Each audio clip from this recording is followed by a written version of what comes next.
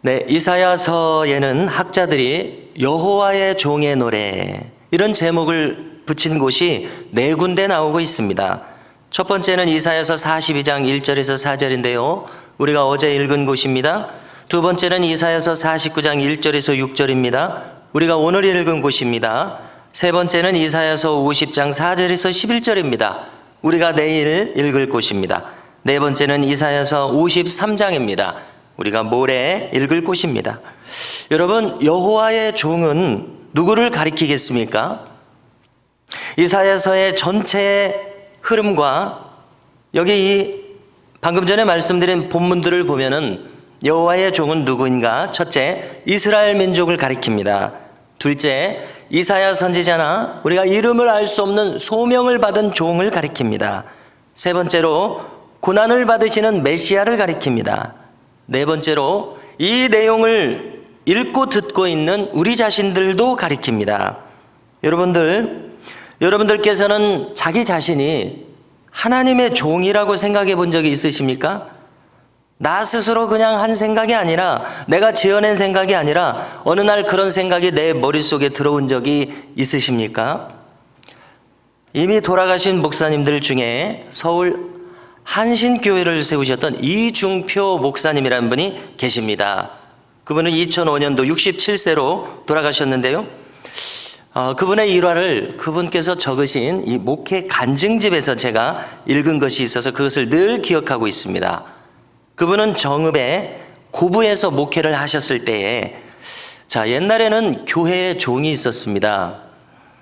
그래서 새벽에도 교회에 종을 쳤습니다.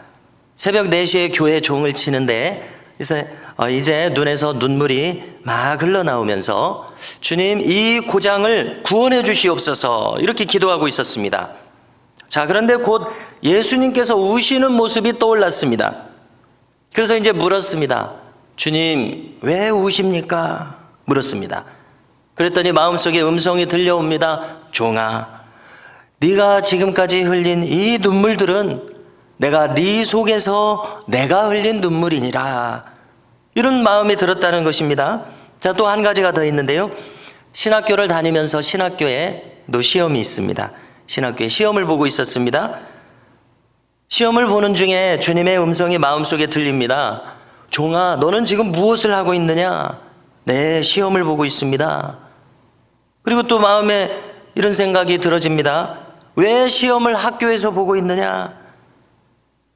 너는 신학생이고 목회의 길을 가니까 시험을 나한테 봐야지.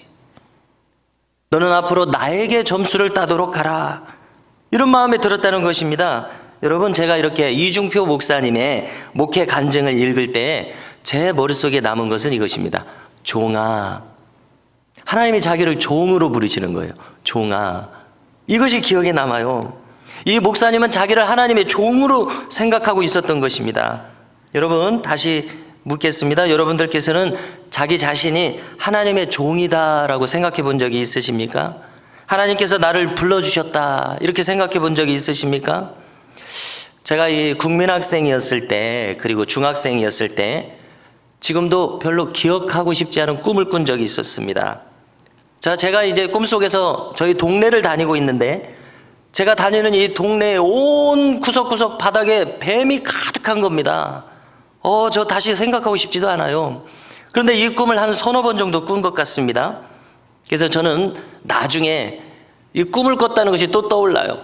그래서 생각했었습니다. 아니, 우리 아버지가 안 믿는 가정에 내가 태어나서 이런 꿈을 꾸나?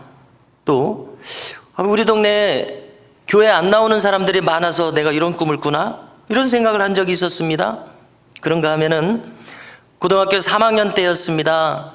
여름을 지나서 이제 가을을 맞았을 때로 기억합니다.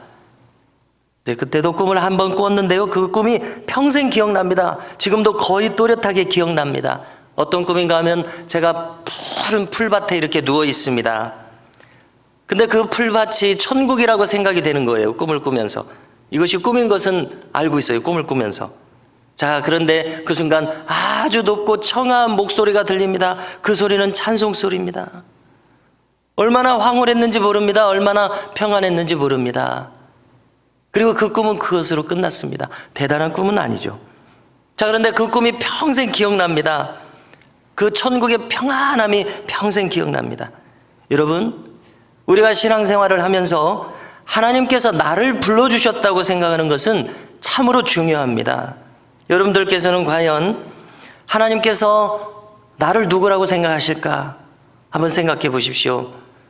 내가 하나님 보실 때에 하나님의 바로 앞에 앉아서 하나님의 말씀을 듣고 싶어 하는 사람인지, 아니면 저 뒤쪽 먼 발치에서 하나님께 가까이 올까 말까 이렇게 망설이거나 될 수 있으면 가까이 가지 않아야지 이렇게 생각하는 사람이겠는지 스스로 한번 생각해 보십시오.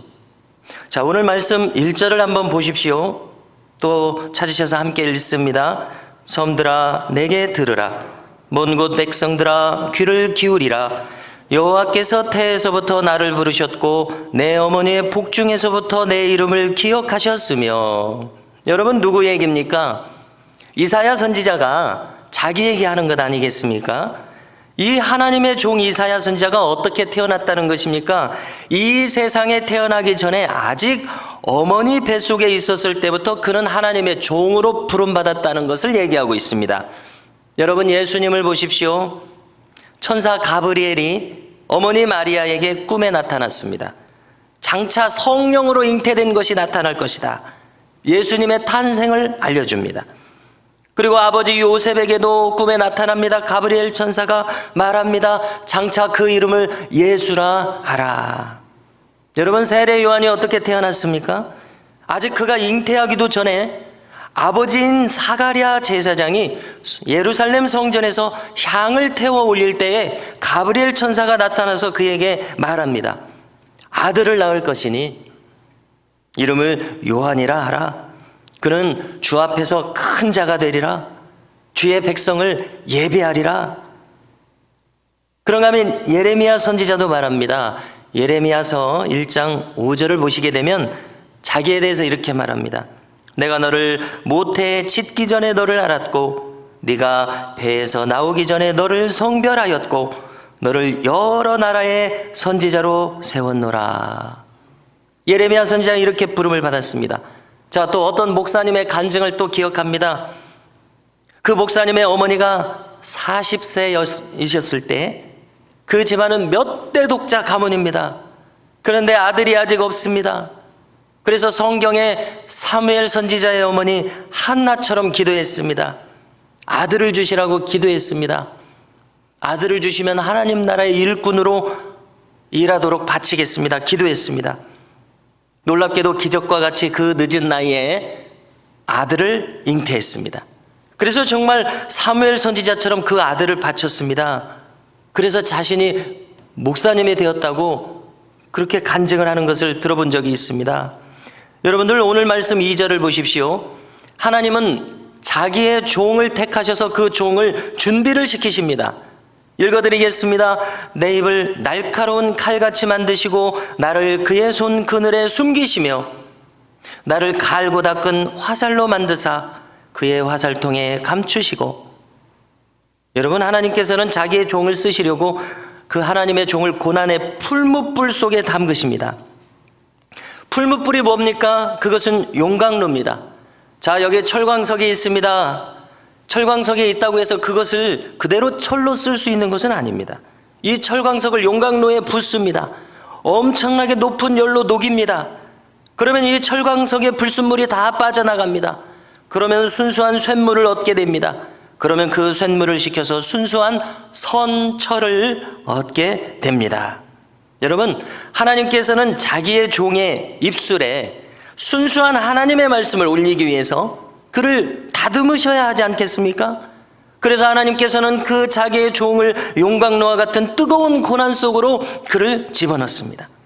그러면 그가 이제 그 용광로 속에서 불순물이 빠지면서 하나님을 향해서 순수한 마음을 가지게 됩니다. 그러면 이제 하나님께서 기뻐하시는 자기의 말씀을 그 종의 입술에 둘 수 있는 사람이 됩니다. 여러분, 하나님께서는 이 자리에 나와 있는 우리 모두를 사랑하심을 믿으십시오. 그래서 우리 모든 사람들을 하나님 자신의 종으로 삼으시려고 우리를 인생의 고난 속으로 집어넣으신다는 것을 우리는 알아야 합니다. 우리가 살아가다가 힘든 일을 만날 때가 있습니다. 신앙생활을 하는데도 힘든 일을 만날 때가 있습니다. 그때 이렇게 생각하십시오. 우리를 사랑하셔서 우리를 더 깨끗한 사람이 되게 하시려고, 그래서 우리를 장차 귀하게 사용하시려고 이런 일을 나의 인생에 허락하고 있다고 생각하십시오. 여러분, 어떤 분은 간증을 합니다. 어떻게 살아가다가 억울한 일을 당했습니다. 억울한 일을 당한 결과 자기의 명예가, 그동안 사람들이 자기를 좋게 생각했는데 자기의 명예가 엄청나게 깎였습니다. 너무나 억울했습니다. 자, 그런데 그의 간증을 들어보니까 그 순간 주님이 떠올랐습니다. 주님은 어떻게 십자가에서 돌아가셨죠? 아무런 죄와 허물을 찾을 수가 없었습니다. 주님은 십자가에 지시기까지 그 누구라도 사랑하고 계셨습니다. 예수님께서 사랑하지 않은 사람은 없었습니다. 심지어 가룟 유다도 사랑하셨습니다. 바리새인들과 서기관들에 대해서 책망도 하셨지만 그들을 안타까이 여기셨습니다. 주님은 사랑하셨습니다. 그런데 자기가 사랑하는 사람들에 의해서 십자가에 못 박힘을 당하셔서 죽임을 당하셨습니다. 주님은 억울하게 정죄당하시고 많은 사람들에게 조롱받으셨습니다. 정당한 이유 없이 그렇게 당하셨습니다. 왜 그렇게 하셨습니까? 그렇게 하셔야 여러분과 저를 위해서 온 인류의 죄값을 치를 수 있는 유일한 길을 갈 수 있기 때문에 그것을 다 참으셨던 것입니다. 성도 여러분, 우리가 이 인생의 길을 살아가면서 그냥 살게 하시지, 편안하게 살게 하시지, 없으면 참 좋을 이 고난의 용광로 속에 왜 우리를 집어넣으십니까? 하나님께서 우리에게 순수한 마음을 가지게 하시기 위해서입니다. 그래야지만 하나님의 말씀이 우리의 머릿속에서 떠오를 수 있기 때문에 그렇습니다. 바로 이렇게 살아가는 사람이 하나님의 종인 줄로 믿습니다. 저와 여러분들이 이와 같이 하나님의 종으로 살아갈 수 있기를 예수님의 이름으로 축복합니다. 3절을 보십시오. 너는 나의 종이요 내 영광을 내 속에 나타낼 이스라엘이라. 여러분, 이렇게 하나님의 영광을 나타낼 이스라엘로 부름받은 사람이 어떻습니까? 4절을 보십시오. 뭐라고 말합니까? 내가 헛되이 수고하였으며 무익하게 공연히 내 힘을 다하였다 하였도다. 무슨 뜻입니까? 실망하고 낙심해서 하는 말입니다. 힘이 빠지는 일이 생깁니다.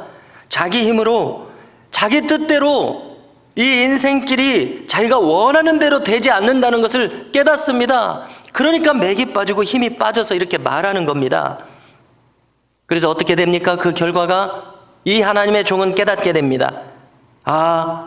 참으로 나에 대한 판단이 여호와께 있고 나의 보응이 나의 하나님께 있느니라. 무슨 뜻입니까? 이제 자기에 대한 전부를 하나님께 맡기겠다는 것입니다. 하나님의 소관에 있구나. 모든 결과를 하나님께 맡기겠다는 겁니다. 하나님 소관이신 것을 알게 되었으니까 그렇습니다. 자기가 살든지 죽든지 이제 하나님께서 옳게 이끌고 가실 것이기 때문에 하나님께 맡기는 겁니다.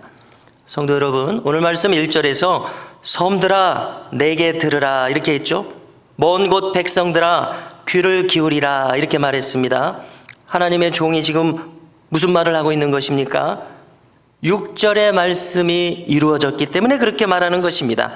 내가 너를 이방의 빛으로 삼아 나의 구원을 베풀어서 땅 끝까지 이르게 하리라. 연단받은 하나님의 종이 사명을 깨닫습니다. 그래서 땅 끝까지 하나님의 복음을 전하는 이 사명을 깨달아서 섬들아 내게 들으라. 이스라엘 나라는 섬이 없죠. 무슨 뜻입니까? 이방에 이제 빛을 비추는 사람이 되는 것입니다. 그래서 섬들아 내게 들으라 이렇게 말하고 있습니다. 여러분, 방금 제가 읽어드린 것은 6절이었습니다. 그 바로 앞에 말씀을 또 보면은요, 내가 나의 종이 되어 야곱의 지파들을 일으키며 이스라엘 중에 보존된 자를 돌아오게 할 것은 매우 쉬운 일이라. 예수님도 말씀하셨죠. 내 짐은 쉽고 내 명예는 가벼움이라. 예수님 말씀입니다. 여러분, 하나님 일은요 가볍고 쉽습니다. 하나님 일의 특징이 그것입니다. 내가 하는 일이 되면 힘이 들고 팍팍하고 짜증이 날 수가 있어요. 그러나 하나님 일이 되면 하나님의 소관이시거든요. 나는 순종하기만 하면 됩니다. 이렇게 하라는데 따라서 하기만 하면 됩니다. 그래서 하나님께서 지금 뭐라고 말씀하신 겁니까? 이렇게 이스라엘을 돌아오게 하는 일은 매우 쉬운 일이라. 예수님 뭐라고 하셨다고 그랬죠? 내 짐은 쉽고 내 멍에는 가벼움이라. 할렐루야. 우리가 하나님 앞에서 순종하면 우리는 예수님께서 내 짐이라고 하셨습니다. 내 짐이 아니라 예수님께서 내 짐이라고 하셨습니다. 신앙생활은 어려운 것이 아닙니다. 쉽습니다. 가볍습니다. 이와 같이 하나님의 은혜로 신앙생활을 이어가시는 저와 우리 모든 성도님들이 되실 수 있기를 주님의 이름으로 축원합니다.